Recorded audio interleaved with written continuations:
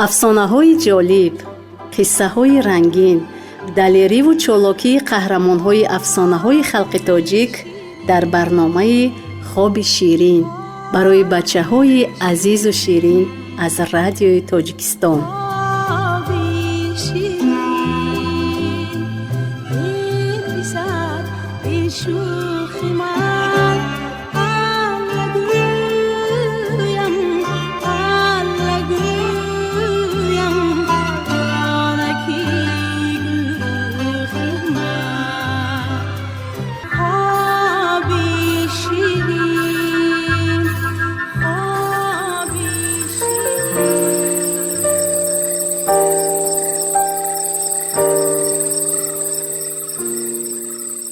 خواهر؟ جوانی خواهر، این جوانی کوتاه فکر هم برای ما آمده است. تا زانویش سنگ شود. همین وقت جوان حس کرد که پایهایش تا زانوهایش سنگ شدند. جانوران سخنان خود را تکرار کردند. خواهر؟ جانی خواهر، وی میخواهد که ما را برده به قفس انداخته از آزادی محروم کند تا میانش سنگ شود. تا میانی جوان سنگ بست. خواهر، جانی خواهر، این جوان میخواهد که ما بازیچه های خواهرش شویم. تماما سنگ شود. جوان سنگ شده ماند. دختر 1 هفته انتظار شد، 2 هفته انتظار شد، 1 ماه گذشت، از برادرش درک نشد. وی با امید با آینه جهانما نگاه کردن گرفت و ناگاه دید که برادرش در 1 باغ با شکوه سنگ شده مانده است. دخترک آه و واه گفته لباسی مردانه پوشیده برآمده رفت به کوه بلور، به سر همان چشمه رسیده همان پیرزن را دید. دخترم، گفت کمپیر به چشم او با دقت نگاه کرده. برای چی لباسی مردانه پوشیده ای؟ چی مقصد در دل داری؟ کجا راه پیش گرفته ای؟ دختر روی نازک و زیبایش را با آب دیدگانش تر کرده واقعه سنگ شده ماندن برادرش را نقل کرده داد. کمپیر فکر کرده گفت از پهلوی راست این کوه گذشته با منزل توتی ها می روی. با باغ نزدیک مشو که تو هم سنگ شده میمانی. از دور ایستاده با تمامی آوازت نامی برادرت را گرفته فریاد کن. دخترک با راه نشان داده کمپیر روان شده به نزدیکی باغ آمده با تمامی آوازش نام برادرش را گرفته فریاد کرد که کوه‌ها عکسی صدا دادند و آن لحظه هیکل‌های سنگین جان گرفتند. این چی آوازی بود؟ گفته به طرف لانه توتی‌ها روان شدند. آنها همدیگر را تیله داده به سوی توتی‌ها دست دراز کردند. توتی‌ها به گپ در آمدند. خواهر، جانی خواهر، آواز این دختری لباسی مردانه پوش به قربانی های ما جان بخشید. ما دیگر قدرتی سنگ کردن آنها را نداریم. یگان علاج با آن دختر تسلیم شدن است.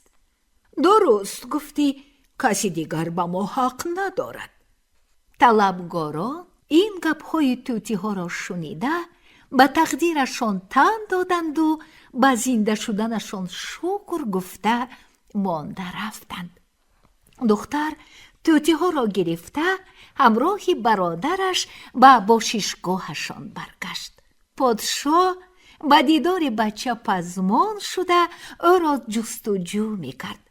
از آمدن او خبر یافته فی الحال کس فرستاد و سبب دور و دراز غایب شده رفتنش را پرسید. بچه واقعی از سرش گذشته را گفته داد. مگر تو خواهر داری؟ گفت پادشاه حیران شده و با او فرمود که خواهر و پدرش را همراه گرفته بیارد. روز دیگر وقتی که پادبان و دختر در تردد رفتن بودند، طوطی ها به گپ در آمدند. خواهر، جانی خواهر، در قصر پادشاه عجایب کارها. این را با آینه جهان نما دیدن ممکن؟ پادبان و پسر و دختر آینه جهان نما را نگاه کرده دیدند که زن پادشاه با طعام‌های تیار، قند و شیروار، چای و میوه و پاینداز و کرپچه ها زهر پاشیده ایستاده است. دیدی پسرم؟ گفت پادبان به جوان. دیدم پدر، کارمان را دانسته میکنیم. پدر و پسر و دختر به قصر پادشاه روان شدند. از تک دروازه تا مهمانخانه قصر پایندازی اطلس گسترده بودند. پادبان برای پاینداز قدم نمانده از پهلوی آن گذشته رفت. پسر و دختر از قفای او رفتند. در مهمانخانه کرپچه های شاهی و اطلس، کیمخواب و بخمل پرتافته بودند. مهمانان برای کرپچه ها نگذشته در پایگاه در روی گلیم نشستند. هر خیل طعام‌هایی با لذت آوردند. مهمانان با آنها نگاه هم نکردند. بعد مهمانان خسته رفتنی شدند که پادشاه آنها را نگاه داشته به پادبان گفت: نه، شما هیچ جا نمی روید. دخترتان دلم را برد. من با او عاشق شدم و به او زندگی کردن نمی توانم. خود حاضر توی میکنیم. مردمی 7 کشور را به توی خبر میکنیم. پادبان این گپ‌ها را شنیده مجبور شد که به پادشاه واقعه را نقل کند. ای پادشاهی اعظم، اینش پسری شما، اینش دختری شما. چه شما باور کردید که زنتان سگ بچه گربه زایید؟ کدام آدم سگ و گربه تولد می کند؟ پادشاه نقل پادبان را شنیده از غضب سرخ شد و چشمانش را خون زیر کرد. وی فرمان داد که زنش را گرفته بیارند. زنش ترسیده و لرزیده به گناهش اقرار شد.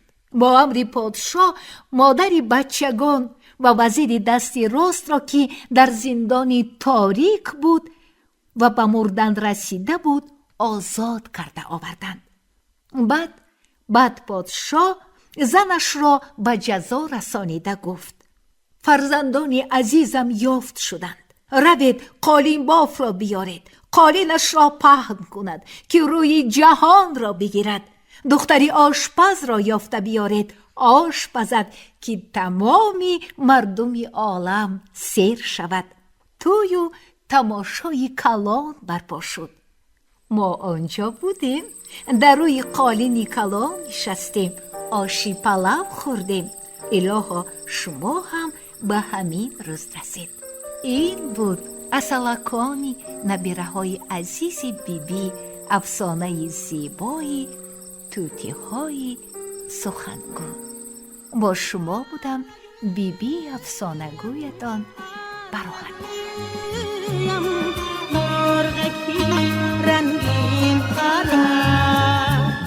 افسانه های جالب، قصه های رنگین، دلیری و چالاکی قهرمان های افسانه های خلق تاجیک در برنامه خواب شیرین برای بچه های عزیز و شیرین از رادیوی تاجیکستان. خوابتان شیرین برای